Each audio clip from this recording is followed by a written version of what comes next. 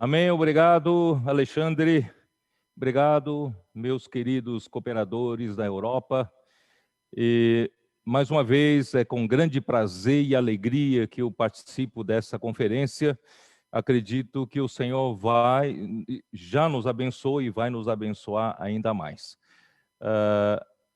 Fico muito contente com a realização de um dos sonhos, que é o Centro, né, de Eventos Life for All, né, Vida para Todos, ali em Portugal, em Torres Vedras, e também incentivo, né, os irmãos, aqueles que puderem participar, vamos participar, porque ter parte nisso, nós teremos o fruto produzido, né, por meio desse lugar.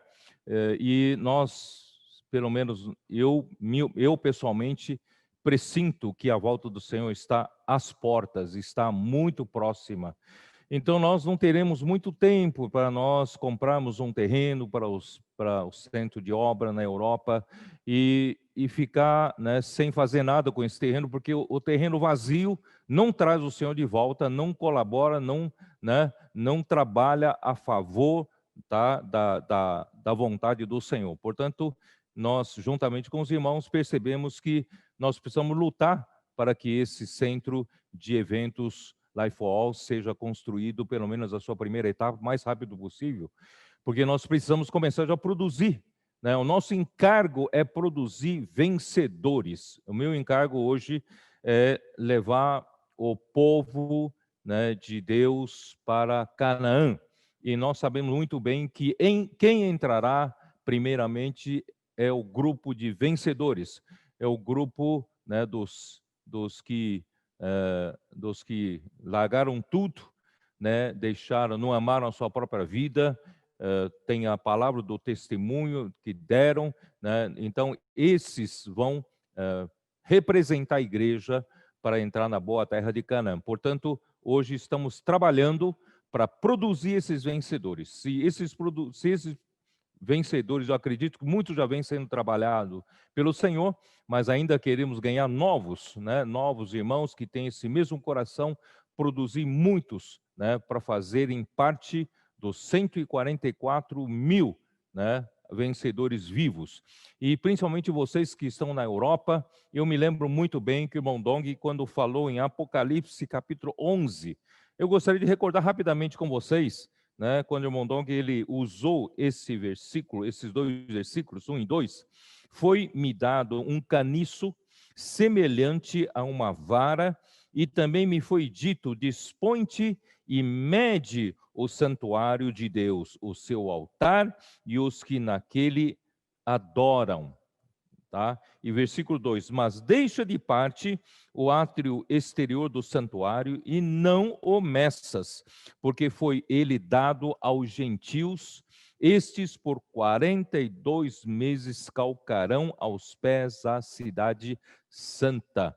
Então, principalmente vocês que estão na Europa, vocês estão no epicentro de todos os dos maiores das maiores ocorrências, né, da grande tribulação. Portanto, o Senhor precisa, antes de chegar à grande tribulação, ele precisa, né, medir o santuário, e esse santuário é composto por Santo dos Santos e o Santo Lugar. Portanto, se você hoje já está servindo ao Senhor no Santo Lugar e você está sendo introduzido para o Santo dos Santos para, né, servir ao Senhor no Espírito, no lugar santíssimo, para que o seu serviço seja lembrado diante do Senhor. E o átrio exterior vai ser deixado, né, para ser calcado aos pés, né, pelos gentios, mas quem estiver no santuário será guardado, e principalmente quem fizer parte dos vencedores, o filho varão ou das primícias, serão arrebatados antes da grande tribulação, até o trono de Deus, até ao terceiro céu. Portanto, queridos irmãos, né, o nosso encargo é preparar vocês que estão na Europa, se possível, não ficar para a grande tribulação. Queremos preparar vocês para fazerem parte do filho varão, ou se vocês estiverem vivos por ocasião do arrebatamento do filho varão e das primícias, né, façam parte dos 144 mil vencedores. Então, é esse o nosso desejo. Por isso, eu acredito que quem nos acompanha, ele tem coração de ser um vencedor. Porque quem não quiser ser vencedor, não precisa mais, né, se preocupar com nada, porque já está garantido o novo céu, nova terra, nova Jerusalém. Todavia, vai perder o galardão dos 1000 anos. Eu ainda espero que você não perca, senão você estará, enquanto, né, os vencedores estarão reinando com Cristo durante 1000 anos e sendo seus sacerdotes, e você estará nas trevas exteriores, no choro e ranger de dentes, e amadurecendo por 1000 anos. Embora na eternidade futura, né, você estará já, tem uma sua presença garantida. Todavia, irmãos, eu creio que todos nós queremos ser vencedores. Nós queremos fazer parte, né, dessa parte forte da mulher, né, dos filhos de Deus, que vai lutar do lado de Deus para a introdução do seu reino, tá bom? Então, vamos lutar para isso. Bom, o que estamos falando ultimamente, né, e ontem eu ouvi a mensagem do irmão Ezra, né, nós estamos todos falando a mesma coisa, estamos com muita preocupação, queridos irmãos, em que a igreja hoje viva a realidade do reino dos céus. Mateus 5, 6 e 7, né, falam da constituição do reino dos céus e também falam daqueles que vivem a realidade do reino dos céus. E Mateus 13 fala da aparência do reino. Então, nós temos aqui, né, a igreja a quem faz parte, né, de quem faz parte todos os filhos de Deus que foram genuinamente regenerados pelo Espírito Santo e também foram chamados, né, para receber a salvação. Todos eles, né, compõem a igreja.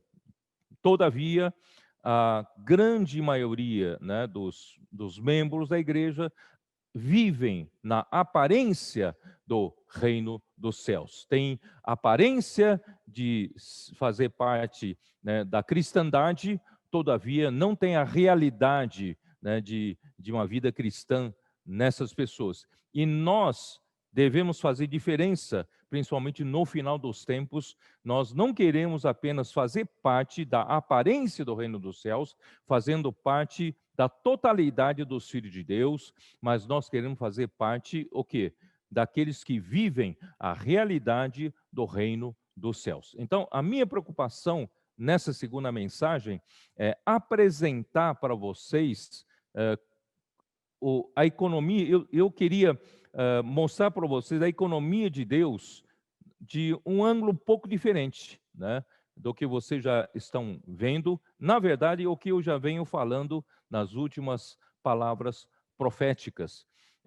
Vocês sabem que Deus, quando criou o homem, lá em Gênesis, capítulo 1, né, versículos 26 a 28, ali diz assim: também disse Deus, façamos o homem à nossa imagem, conforme a nossa semelhança, tenha ele domínio sobre os peixes do mar, sobre as aves dos céus, sobre os animais domésticos, sobre toda a terra e sobre todos os répteis que rastejam pela terra. Quer dizer, Deus criou o homem diferentemente de todo o resto da criação.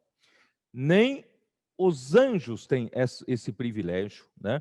Nós, homens, somos feitos à imagem de Deus, à semelhança de Deus, e fomos criados para sujeitar, governar esta terra, governar sobre a criação de Deus nessa terra, né? Então, versículo 27, criou Deus, pois o homem à sua imagem. Olha, Deus, né, aqui enfatiza, criou Deus o homem à sua imagem, a imagem de Deus o criou, homem e mulher os criou. E Deus os abençoou e lhes disse: sede fecundos, multiplicai-vos, enchei a terra, sujeitai-a, né? Eh, e dominai sobre os peixes do mar, sobre as aves dos céus e sobre todo animal que rasteja pela terra. Então, nós homens tivemos uma criação diferente de qualquer outra criatura. Nós fomos criados à imagem de Deus. Na verdade, Deus, o Pai não tem imagem e o Filho é a imagem de Deus. Então, nós somos feitos à imagem do Filho e à semelhança de Deus. Então, nós temos o quê? Eu diria assim, nós temos toda a silhueta, nós temos todo o contorno, né, todo o vaso preparado, né, para complementar-se com o próprio Deus. Não sei se vocês estão me entendendo. Então, nós, né, fomos feitos com esse vaso, essas silhuetas, esse contorno todo, fazendo o quê? Apenas aguardando o enchimento da realidade de Deus. Então, eu estou vendo, por outro ângulo, o plano de Deus, tá bom? É por isso, queridos irmãos, eu ainda vou insistir, né, em João, Evangelho de João, capítulo 1, tá? Capítulo 1 de João fala da palavra de Deus, do verbo de Deus, né? Capítulo 1, versículo 1. No princípio era o verbo, quer dizer, no princípio era a palavra. E o verbo estava com Deus e o verbo era Deus. Deus é a própria palavra. A palavra era Deus e no princípio era Deus, a palavra. Então, a palavra e Deus são a mesma coisa. Então, Deus, né, aqui tem, ele estava no princípio com Deus, portanto, aqui nós já entendemos que aqui está se falando do Filho de Deus. Então, o Filho de Deus é a palavra de Deus. O Filho de Deus é o verbo de Deus. Deus, ele é a fonte, ele é o criador, ele é a origem de todas as coisas e o Filho é a sua palavra. O Filho é a sua expressão, tá? E versículo 4 diz, versículo 3, todas as coisas foram feitas por intermédio dele e sem ele nada do que foi feito se fez. A vida estava nele e a vida era a luz dos homens. Muito bem. Então, não é exatamente isso que eu queria compartilhar esta noite, né, para vocês da Europa. Já é noite, aqui no Brasil ainda é à tarde.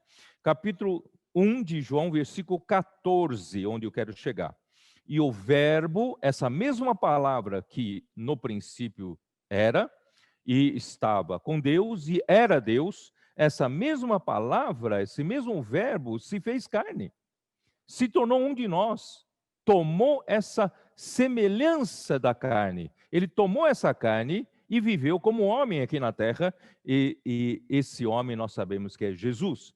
Ele não só é Deus, que estava no princípio com Deus, ele era Deus, né?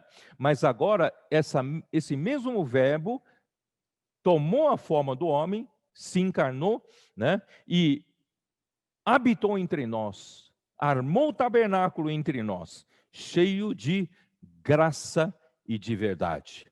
E vimos a sua glória, glória como do unigênito do Pai. Ele veio do Pai, ele veio da própria glória do Pai, ele como filho unigênito de Deus, ele tinha a sua glória, que é a glória do Pai. Mas ele deixou tudo isso, veio se tornar um homem, ele se fez carne, habitou entre nós como um homem, só que ele veio carregado de quê? Carregado de graça e carregado de verdade. Então, única coisa que ele trouxe aqui na terra é a graça de Deus e a verdade de Deus. Não sei se vocês entenderam. Então, onde eu quero partir, mostrando por outro ângulo o plano eterno de Deus. O que Deus quer fazer. Deus, então, mandou seu Filho e se tornou um homem e habitou entre nós para nos trazer a graça. A graça. Que é a graça? A graça é o próprio Deus que é desfrutado por nós. O pecador que o homem se tornou após a tragédia no Jardim do Éden, quando o homem se desconectou com Deus, desobedecendo a ordem de Deus de não comer da árvore do conhecimento do bem e do mal, o pecado entrou no mundo e pelo pecado a morte também entrou e a morte passou para todos os homens. Assim, todos os homens, todos nós pecamos, todos pecaram e carecem da glória de Deus. Mas Deus enviou o seu Filho e se tornou carne, como um de nós. Romanos 8, versículo 3 diz, ele tomou a semelhança da carne do pecado. Ele se revestiu dessa carne, e essa carne tem a semelhança da carne pecaminosa. Porém, nele não tinha pecado. Mas ele tomou essa carne para quê?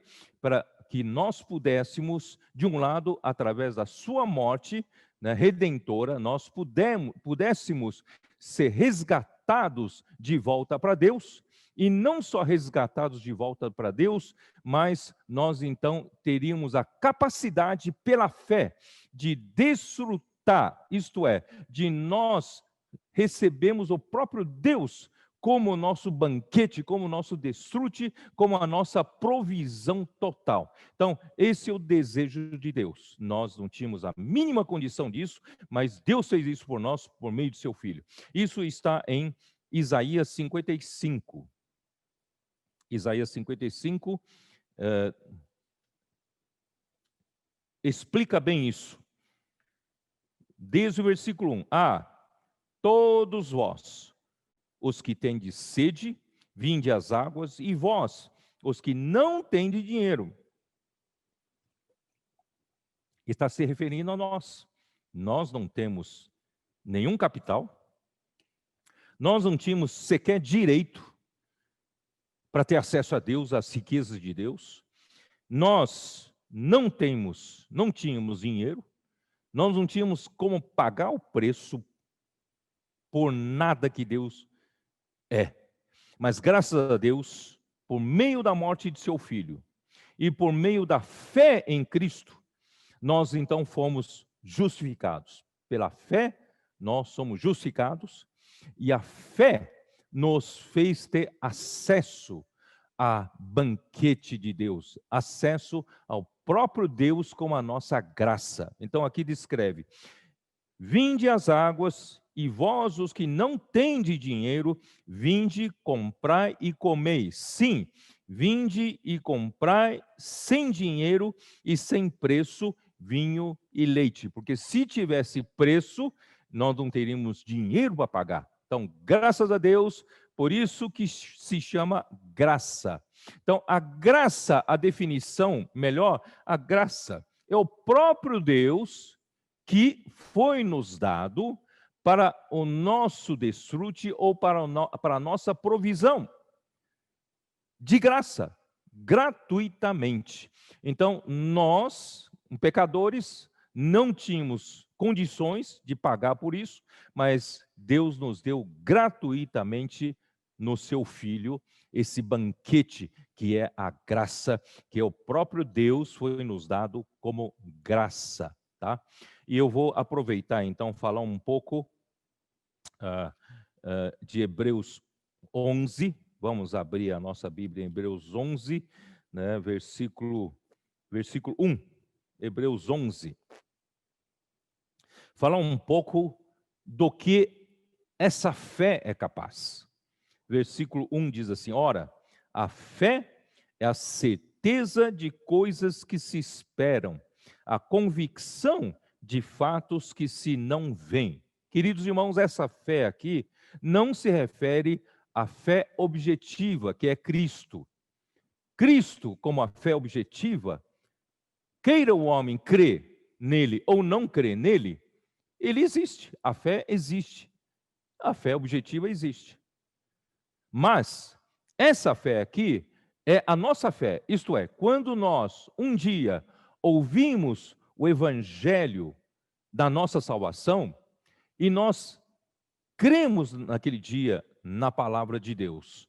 E quando nós recebemos a palavra de Deus, que traz o próprio Deus, por meio de Cristo, por meio da palavra de Cristo, até nós, e quando entrou em nosso espírito, porque nós somos feitos de três partes, espírito, alma e corpo, quando nós recebemos a palavra e a recebemos, nós então a recebemos no nosso espírito. E esse fato de cremos na palavra, para recebermos essa fé, se tornou a nossa fé. Então surgiu em nós a fé subjetiva nossa. Nós não tínhamos essa fé, não tínhamos a capacidade de crer, nem a capacidade de ter acesso a Deus, mas após recebermos a palavra do Evangelho, após cremos em Jesus, nós passamos a ter a nossa fé subjetiva. E essa fé subjetiva é tremendamente poderosa. Essa fé, a nossa fé, ela pode, aqui pode, ela é a certeza das coisas que se esperam, né? Que são as coisas que se esperam aqui? As coisas que se esperam são as coisas de Deus, as coisas da salvação eterna do homem, da salvação plena do homem, é a santificação do homem, é a glorificação do homem, não é isso?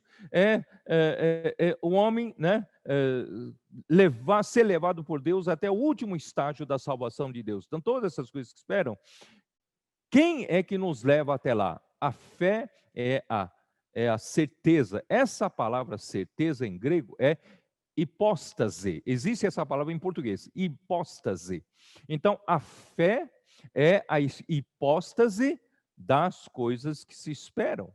Nós esperamos um dia sermos glorificados. Então, a fé vai nos trazer a realidade da glorificação. Os irmãos estão entendendo, né? Então, essa palavra hipóstase, para os antigos filósofos, eles acreditavam que nesse universo havia, né, há uma realidade fundamental, há uma realidade concreta, há uma realidade absoluta. Então, os filósofos da antiguidade acreditavam. Por quê? Porque sem uma realidade absoluta, concreta e fundamental como base, não tem como o universo subsistir. Nada subsiste se não tiver uma realidade, uma verdade única, verdadeira, como a sua base. Então, aí eles acreditavam que existia essa realidade. E também pode ser traduzida como substância, a palavra hipóstase. Então, a fé, a nossa fé, tem uma capacidade tremenda de nos levar à realidade fundamental, concreta e universal, queridos irmãos, que é o próprio Deus. Nesse universo não há a segunda realidade, não há segunda verdade. Deus, tudo começou com Deus. Não existia nenhuma criação, Deus estava aqui. Só havia Deus. Então, Deus diz assim: além de mim não há outro. Eu sou único, não é isso? Então, Deus é o único, Ele é original. Na semana passada, eu brinquei um pouquinho, não é isso? Deus não é falsificação, Deus é original. Então, original é Deus, a verdade é Deus, a realidade é Deus. E tudo mais, toda a criação surgiu porque Deus criou todas as coisas. Então, Deus, Ele concentra nele a própria realidade, a própria verdade, Ele é a verdade. Por isso que Jesus diz em João capítulo 14, eu sou o caminho que leva vocês ao Pai, que é a verdade, e eu sou essa verdade, a realidade dessa verdade, e eu sou a vida. Então, não existe uma segunda verdade senão o próprio Deus. Deus é a realidade. Então, a fé leva você a ter acesso a essa realidade de Deus e também é a convicção de fatos que se não veem. Versículo 3 diz assim: pela fé entendemos que foi o universo formado pela palavra de Deus, de maneira que o visível veio a existir das coisas que não aparecem. Isto é, todas as coisas visíveis que nós, homens, fomos criados nesse mundo visível, podemos perceber e nós achamos que as coisas que se veem é que nós acreditamos que existem. Nós não acreditamos naquelas coisas que não se veem. Na verdade, essas coisas do mundo visível são, né, originados do mundo invisível, do universo de Deus, da parte de Deus, das coisas invisíveis, é que produziram esse mundo visível. Portanto, nós não podemos viver limitados apenas ao mundo visível. Então, a fé leva você a ter convicção de fatos que você não vê e são verdadeiras, né? São verdadeiros. Então, quando você usa a sua fé, você tem acesso à verdade, você tem acesso à realidade, você tem acesso às coisas de Deus que são invisíveis, que são eternas. Você tem essa capacidade que outro que não crê em Jesus não tem. Hebreus capítulo 1, vamos lá. Hebreus capítulo 1.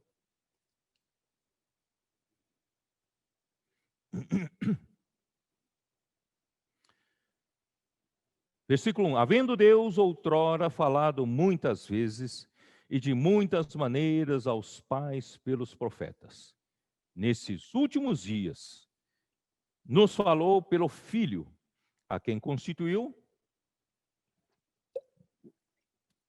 herdeiro de todas as coisas. Cristo, o Filho, foi designado por Deus para ser o herdeiro de todas as coisas, pelo qual também fez o universo. Ele também foi o meio de Deus fazer o universo.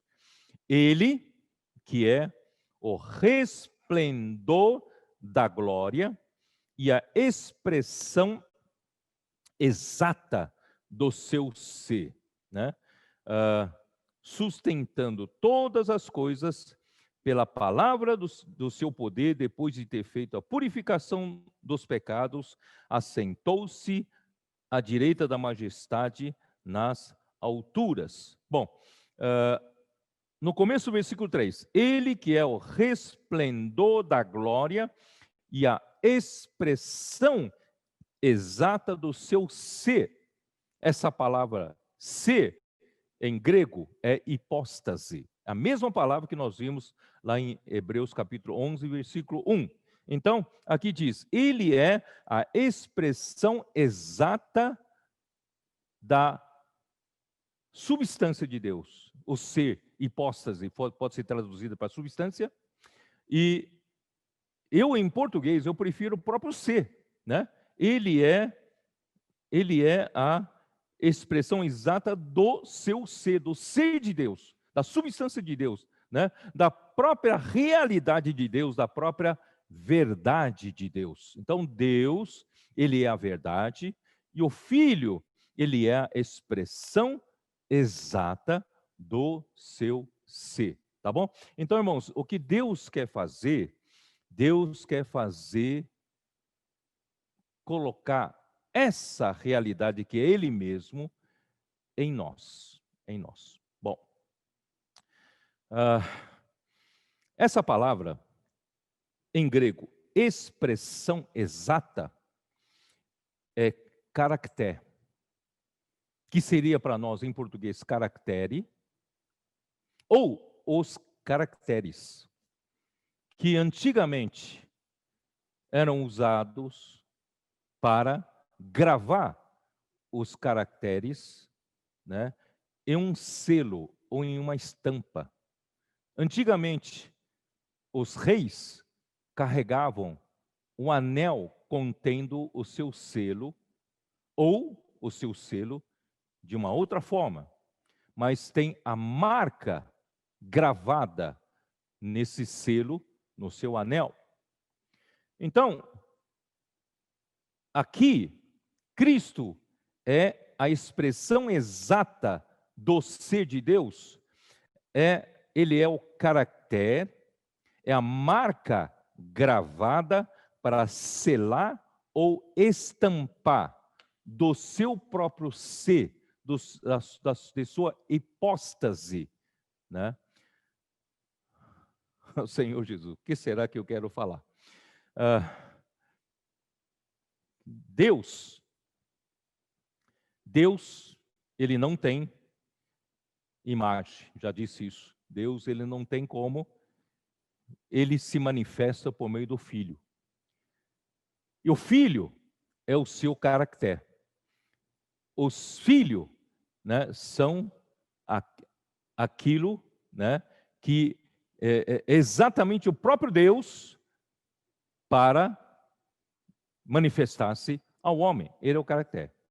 Então, Deus deseja colocar a sua marca no homem. Isto é, Deus deseja transferir o próprio Deus como realidade no homem. Tudo que Deus é, tudo que Deus fez, todas as coisas positivas de Deus, que Deus fez, a sua realidade, né, está nessa verdade.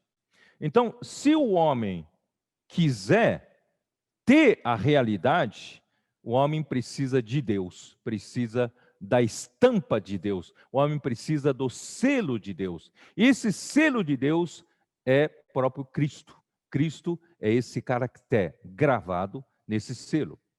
Eu queria pedir para passar para vocês, no Antigo Testamento, vocês conheceram o rei Ezequias. O rei Ezequias, pelas escavações arqueológicas, descobriram um anel contendo o selo dele.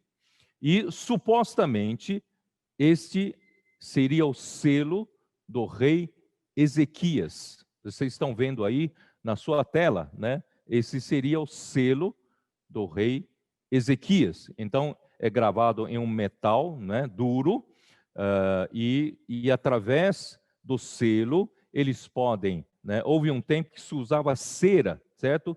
E derretiam cera para selar uma carta ou selar um objeto, e para mostrar sua autenticidade vinda do rei. Então, esse selo era estampado em cima de um material mole, moldável, que é as próprias cera. Então, se alguém receber essa cera com a marca desse selo, né, do rei Ezequias, então daria a autenticidade, né, para aquele objeto, tá? Então, isso é exatamente Cristo. Cristo é exatamente esse selo gravado em caracteres de Deus. Se você quer saber, né, a autenticidade da verdade de Deus, está em Cristo. Então, eu pedi para fazer um selo, né, para mostrar para vocês. Pode passar para o outro, né? E Deus, no Antigo Testamento, ele se deu a conhecer a Moisés, quando Moisés perguntou: qual é o teu nome, para que eu pudesse dizer para o povo de Israel e para Faraó que tu me enviaste até eles. Então Deus disse: o meu nome é Eu Sou. E logo em seguida ele explica que Deus havia dado a conhecer Abraão, Isaque e Jacó como El Shaddai, como Deus todo-poderoso e suficiente.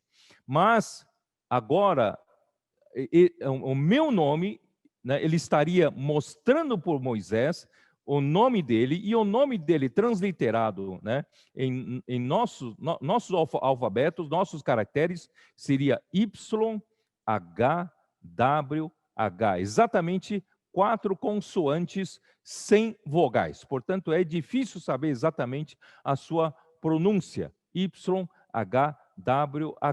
Então, por isso que na nossa tradução foi traduzida essa palavra por Jeová, e talvez não seja essa a melhor pronúncia, por isso que algumas versões, como King James atualizada, traduz para Yahvé, né? Yahvé, que começa com Y, Yahvé. Então, de qualquer forma, esse é a marca, é o nome de Deus. E eu, na verdade, não é exatamente essa marca, mas eu quero mostrar que essa realidade representa o próprio Deus. Própria realidade de Deus, que vem através de Cristo, como essa estampa. Deus deseja estampar a sua realidade em você e em mim. Vocês estão me entendendo? Então, Deus, que é a própria verdade desse universo, própria realidade desse universo, Ele criou o homem à sua imagem e semelhança, na verdade é para transferir a sua realidade, tudo que Deus é, né, no homem. Irmãos, que privilégio, que honra. Nós somos escolhidos, somos a criação, a criatura escolhida por Deus para receber a semelhança, a imagem de Deus, a semelhança de Deus por fora e também na nossa constituição da alma. E para quê? Para que Deus possa, através de Cristo, como essa estampa com os caracteres de Deus, seja estampados em nós. O próprio Deus seja estampado, mas não é estampa de tinta, não, que dá para apagar, né? Mas é uma escultura, é uma gravação, né? Você, então, quando recebe Cristo como esse selo, como essa estampa, é gravado em você o próprio Deus. O próprio Deus está, pouco a pouco, irmãos, sendo constituído e gravado em nós até se tornar a nossa total realidade. Irmãos, esse é o plano de Deus. Esse é o plano de Deus. 2 Coríntios capítulo 3.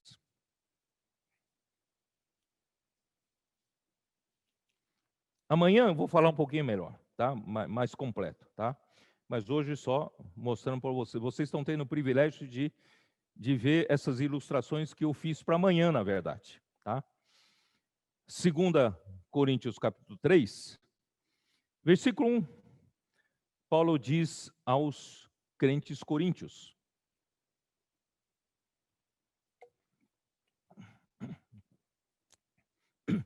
começamos, porventura, outra vez, a recomendar-nos a nós mesmos, ou temos necessidade, como alguns, de cartas de recomendação para vós outros, ou de vós? Irmãos, cartas de representação são cartas feitas pelos homens. Qualquer um pode escrever alguma coisa, certo? E vai depender muito da credibilidade da pessoa que escreveu, certo? Para você acreditar nessa carta ou não acreditar nessa carta.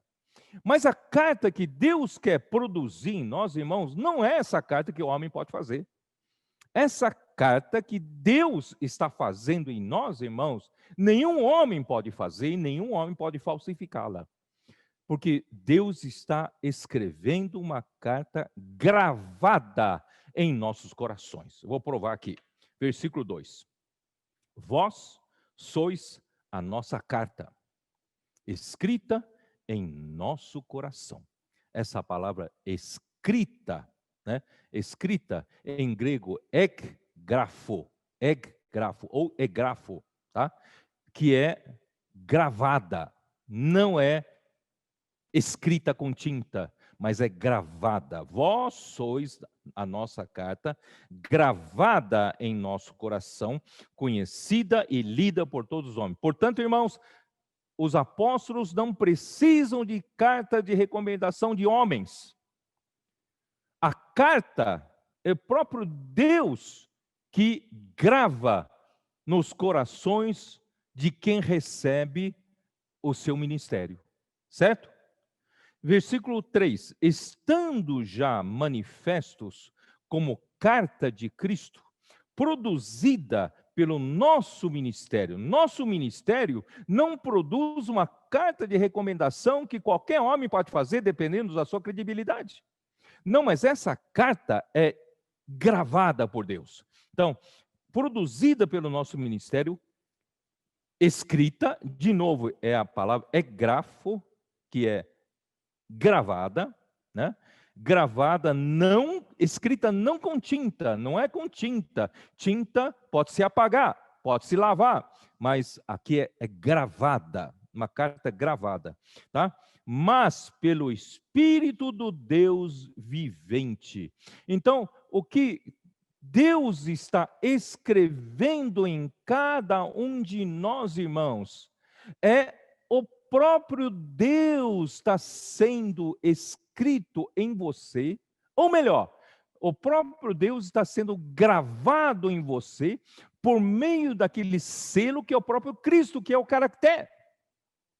Deus está gravando em você a sua própria realidade.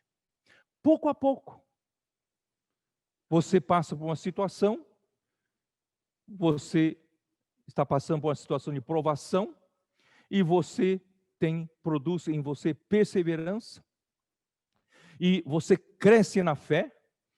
Então, mais um pouco da realidade de Deus é gravada em você.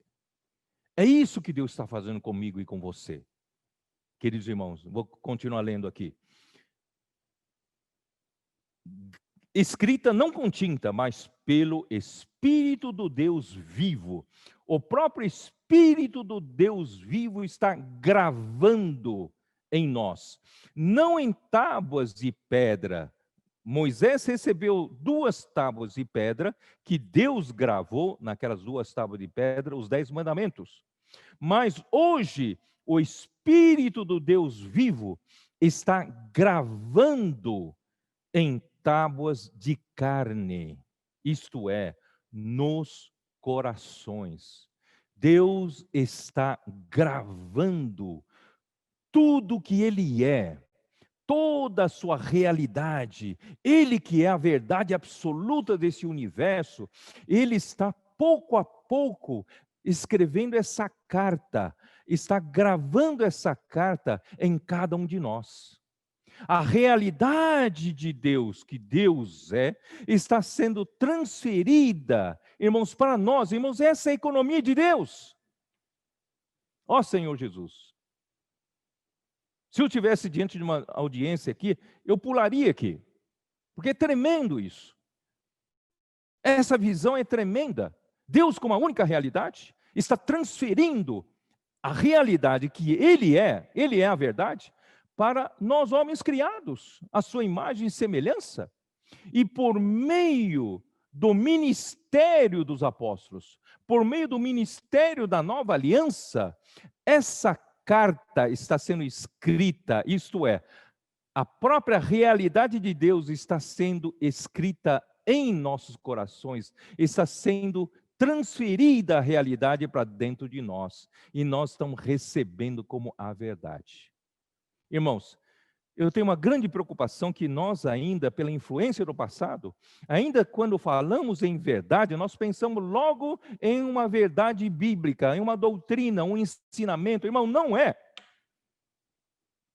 A verdade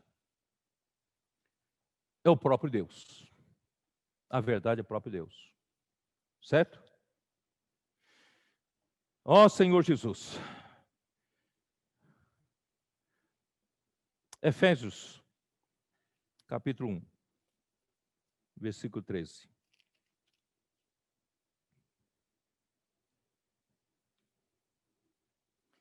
Em quem também vós, depois que ouvistes a palavra da verdade. Então, irmãos, isso dá a entender para muitos cristãos que a palavra da verdade é um conhecimento bíblico. A palavra da verdade é um ensinamento, é uma verdade bíblica. Irmãos, não é. A palavra da verdade, eu já falei, a palavra é como se fosse um veículo. A palavra da verdade é um veículo que carrega consigo a própria verdade de Deus, próprio Deus como a verdade. E deseja transferir essa realidade para você e para mim. Então, a palavra da verdade que vocês ouviram, que é o evangelho da vossa salvação. O que nos salva não é a gente entender uma doutrina. O que nos salva não é nós conhecermos um ensinamento. O que nos salva é a verdade.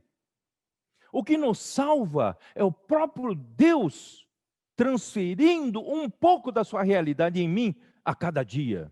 Então, no dia em que nós ouvimos o evangelho da nossa salvação, nós recebemos Deus como a verdade. E Ele transferiu naquele dia um pouco dessa realidade para mim e me regenerou. O meu espírito nasceu de novo.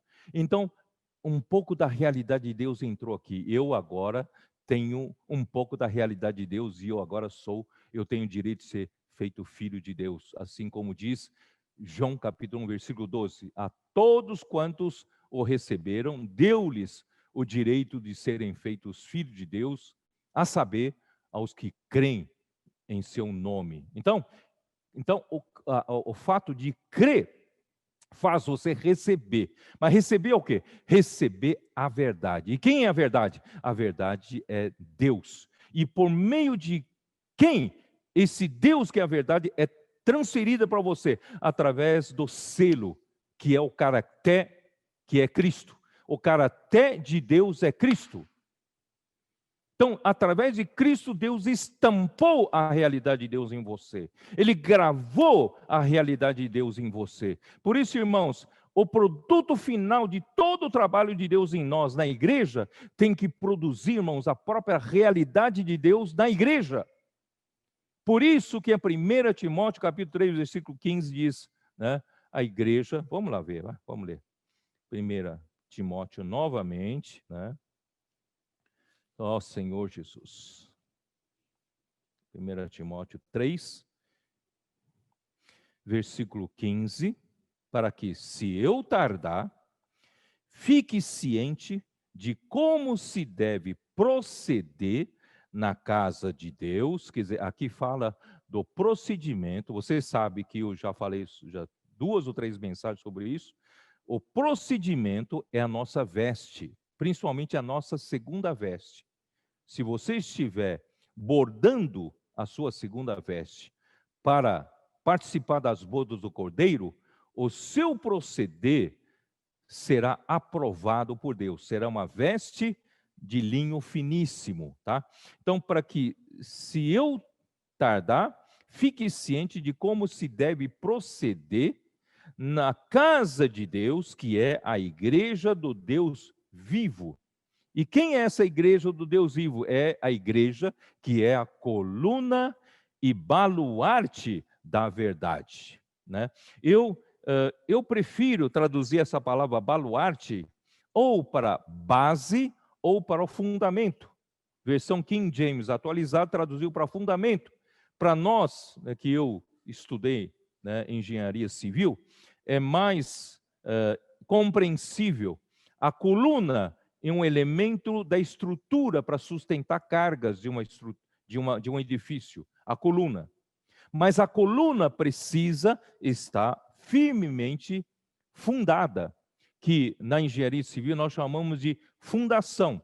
A fundação precisa ser bem feita e firme. Às vezes é uma fundação direta por sapatas ou por blocos, ou uma fundação, né, profunda, por meio de estacas, por meio de tubulões, não é isso? Então, precisa ser fundada. Portanto, a igreja é a coluna e essa base, tá? Simplificando a fundação, vamos chamar de base, talvez fica mais fácil para pessoas, né, que não são da engenharia civil entender. Então, é coluna e o fundamento, que é a base. Coluna e a base da verdade. Então, a igreja, na verdade, de tanto receber a transferência da realidade de Deus nos seus membros, a igreja como um todo se tornará essa coluna e o fundamento para sustentar a própria verdade, que isto é, o próprio Deus está sendo manifestado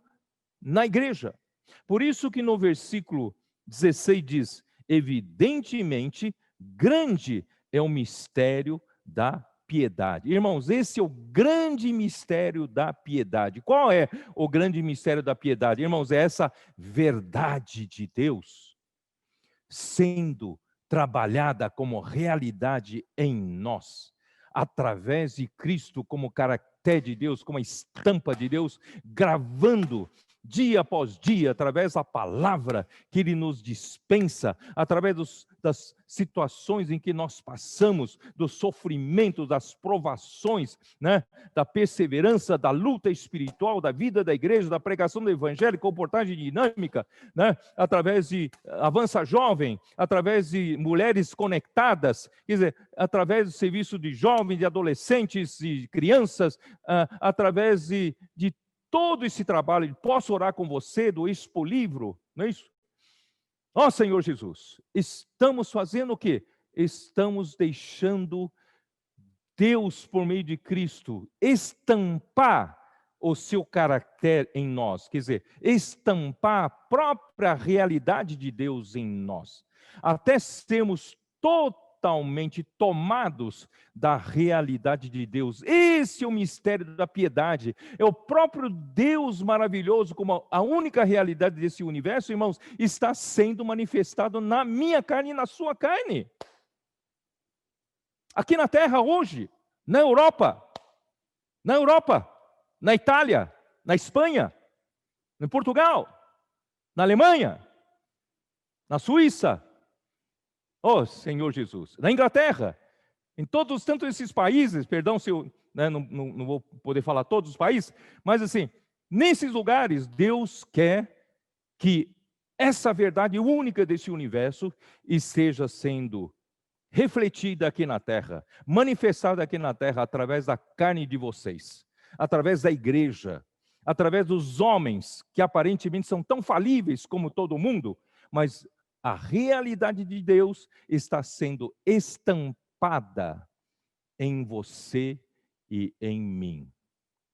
Que o Senhor possa abrir os nossos olhos para mostrar que esse é o plano de Deus. Essa é a economia de Deus. E como é mostrada essa realidade para as pessoas? Porque as pessoas não conseguem ver a realidade dentro de nós. Essa realidade, irmãos, é manifestada por meio do nosso viver, por meio da nossa conduta. Por isso que aqui diz, como se deve proceder. Então, hoje, principalmente na Europa, o trabalho do mistério da iniquidade está mais avançado, né? Já, eu creio que na Europa, né, esse trabalho está sendo já feito a lavagem cerebral de muitas pessoas, pouco a pouco, para mostrar que a Bíblia é algo ultrapassado. Se você ainda lê a Bíblia, é alguma coisa ultrapassada. Se você ainda acredita em Deus, você ainda acredita em verdade absoluta, você está fora de moda. Você não sabe que hoje é tempo, né, do pós-modernismo. A verdade é relativa. Por isso que tudo é permitido, né? Toda perversidade, toda devassidão, toda imoralidade agora é permitido, são permitidas. Por quê? Porque a verdade é relativa. Não existe uma verdade única, absoluta, universal. Então, essa lavagem cerebral está fazendo com que o homem Deus seja afastado da sociedade humana. A verdade, a Bíblia, a palavra de Deus está sendo afastada. O próprio Deus como a verdade e realidade está sendo afastado. Então, o que sobra é uma terra sem lei, uma terra de iniquidades, uma terra de quem não precisa observar a lei, nem a consciência, que é a própria lei que Deus colocou na nossa natureza do homem, e o homem está cauterizando a sua consciência. A consciência, quando fazemos alguma coisa errada, a consciência nos acusa, mas até a consciência está sendo, né, cauterizada, tornando insensível. E também toda a cultura judaico-cristã que produziu uma certa base jurídica para todos os países ocidentais, isso também está sendo afastado. Então, não adianta você discutir com o seu colega de trabalho dizendo que não, eu creio na Bíblia como a única verdade, Deus é a minha realidade, Deus é a única verdade, realidade universal. Não adianta, ele vai discutir com você e não vai ter fim essa discussão. Mas tem uma coisa, você pode mostrar a sua obra, né? Mateus 5, certo? Mateus 5.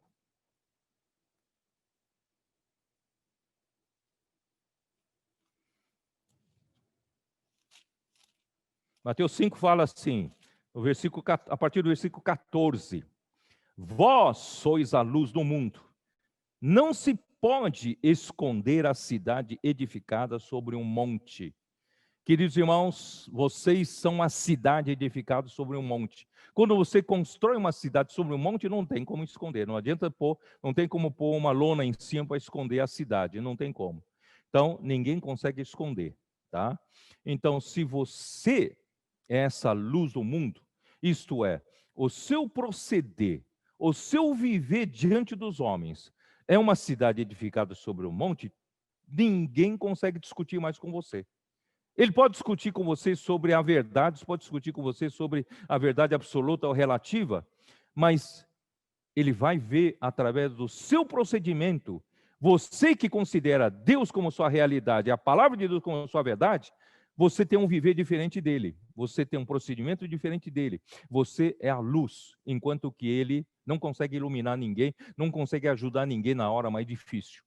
Versículo 15, nem se acende uma candeia para colocá-la debaixo do alqueire, mas no velador, e alumia todos os que se encontram na casa. Quer dizer, não adianta discutir, né, teorias, ou dizer que você crê na verdade e ele diz que não crê na verdade. Mas, no mesmo recinto, no seu local de trabalho, quem ilumina os outros? Quem é luz para os outros? Nas horas de desespero na vida dessas pessoas, vão buscar você, porque você tem a luz, você é a luz. A sua conduta manifesta a verdade e a realidade que você tem.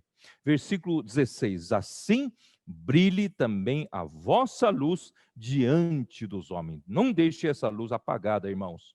Não coloque debaixo do alqueire.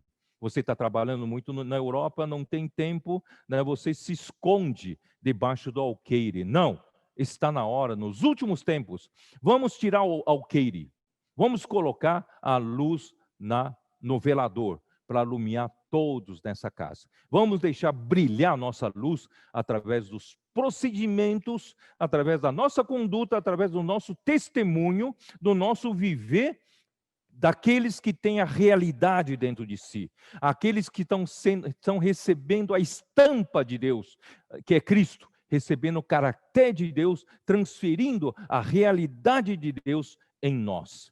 Assim brilhe também a vossa luz diante dos homens, para que vejam as vossas boas obras. E eles não vão discutir com vocês, eles vão dar glórias a Deus, vão glorificar a Deus, ao vosso Pai, que está nos céus. Portanto, irmãos, melhor você vencer, né, melhor do que você vencer uma discussão, é você vencer pela sua conduta.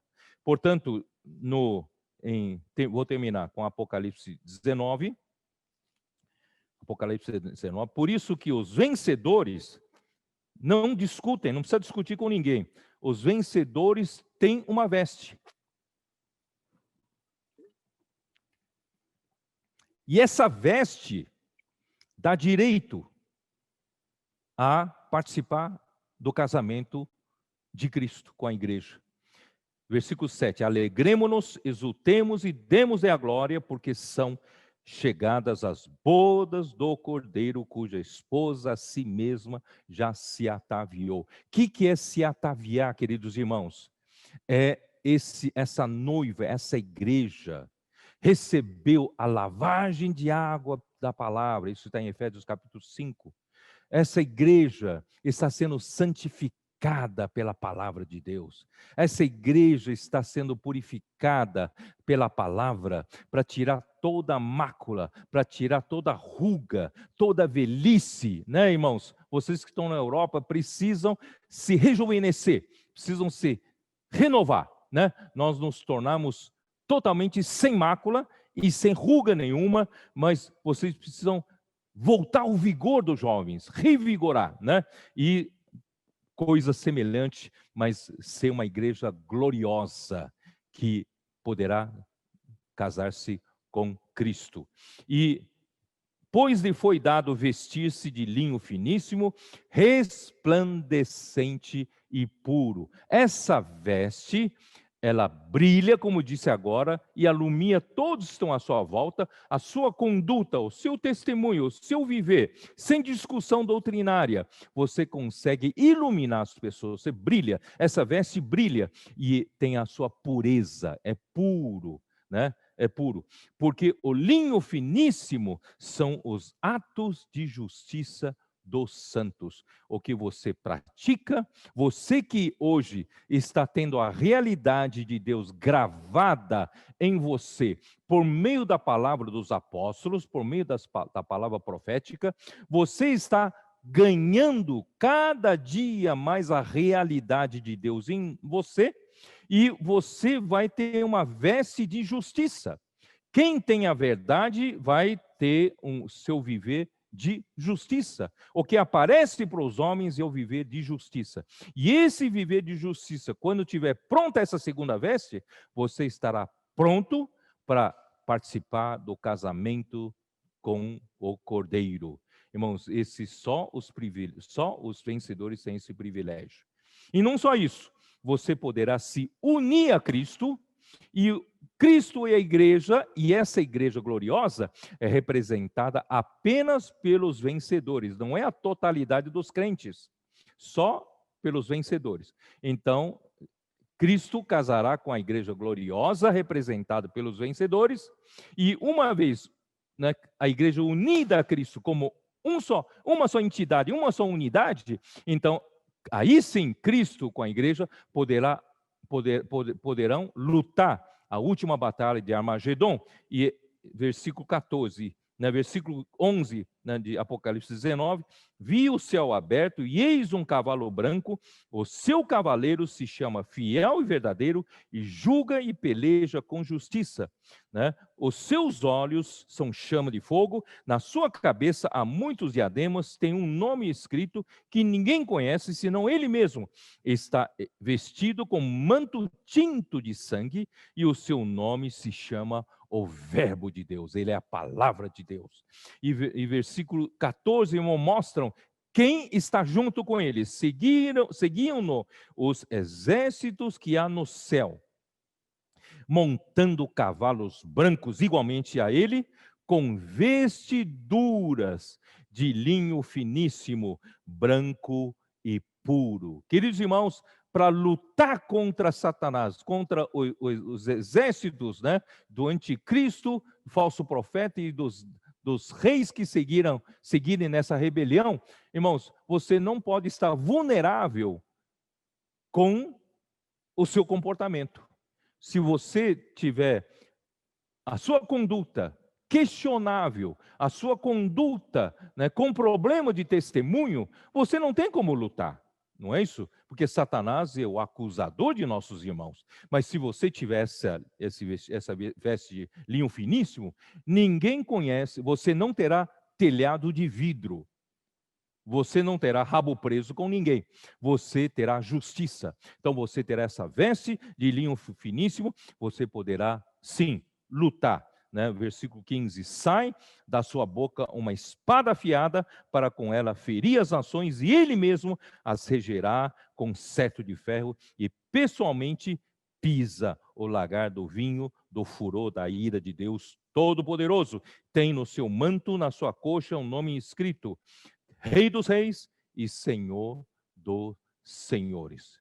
Eu espero, queridos irmãos da Europa, espero ter conseguido encorajar vocês. Eu quero, com essa palavra, poder produzir mais vencedores no tempo final. né? Vamos mudar de postura, vamos mudar de atitude. Ainda dá tempo de ser vencedores. Amanhã, né, na mensagem de amanhã, eu quero mostrar isso. Ainda tem tempo, nós podemos ainda, ainda que você se ache tão aquém, tão distante, né, de ser um vencedor, você tem todas as chances, Deus vai te dar todas as chances de você ainda ser um vencedor, né, antes da grande tribulação ser arrebatado até o trono de Deus. Deus abençoe você. Fazer uma pequena oração, né, para todos vocês da Europa. Senhor Jesus, abençoa nossos queridos irmãos, as famílias que estão na Europa, alguns que foram, Senhor, especificamente para a tua obra, para trabalhar na tua obra, e por outro lado, Senhor Jesus, se eu possa, mesmo aqueles que foram, né, para outras razões, mas o Senhor está usando cada um, Senhor, para encerrar esta era, principalmente esses nossos irmãos que estão na Europa, ali onde as coisas ocorrerão mais fortemente durante a grande tribulação. Portanto, Senhor, nós queremos salvar vários que estão morando nesse continente para transformar esses, Senhor, seus vencedores ainda tem tempo, que eles possam estar recebendo por meio da palavra a estampa de Cristo, o caráter de Cristo, que transfere a realidade de Deus no coração das pessoas. Portanto, Senhor Jesus, nós te pedimos, abençoa cada família, abençoa cada um, especialmente o trabalho de comportagem dinâmica, Senhor Jesus, possa acontecer também fortemente na Europa, principalmente na Europa, na Espanha e também, se possível, na Itália. Senhor, nós entregamos, Senhor, toda essa palavra nas tuas mãos, que essa palavra possa produzir fruto nos nossos irmãos que estão na Europa. Deus abençoe a Europa. Amém.